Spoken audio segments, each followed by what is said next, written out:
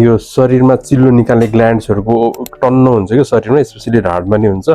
कहिलेकाहीँ यसरी ब्लक भयो भने यो चिल्लो निकाल्ने ग्ल्यान्ड सेक्रेसन बाहिर निस्किन पाएन यस्तो सिस्ट भएर बस्छ के ठुलो भएर बस्छ हैन कहिले यसलाई जबरजस्ती फुटाउन खोज्यो निचार्नु छ भने यति गनाउने निस्किन्छ कि यो तपाईको अगाडि भएको त्यसमा अगाडि कोही पनि बस्नै सक्दैन एकदम नराम्रो गनाउने निस्किन्छ यसलाई चाहिँ यस्तो यो क्यान्सरस कन्डिसन त हैन यो हैन डर लाग्यो भने क्यान्सर हुँदैन यसलाई चाहिँ यो लोकल एनेस्थेसियामा यतिलाई मात्र नदुख्ने बनाएर यसलाई यो डल्लो सिस्टम नफुटाइकन यो सानो पालबाट हामीले सबै झिक्छौँ सक्यो हाम्रो है औषधि दिएछु एन्टिबायोटिक पेन किलर खानु होला है दुख्दैन घाउ केट्नु डर हुँदैन यहाँ पानी पार्नु भएन है एक हप्ता है सफा र सुक्खा राख्ने ढाडमा चाहिँ धेरै निहुरिने काम धेरै नगर्नु है गर्नु चाहे निहुरिने नगर्नु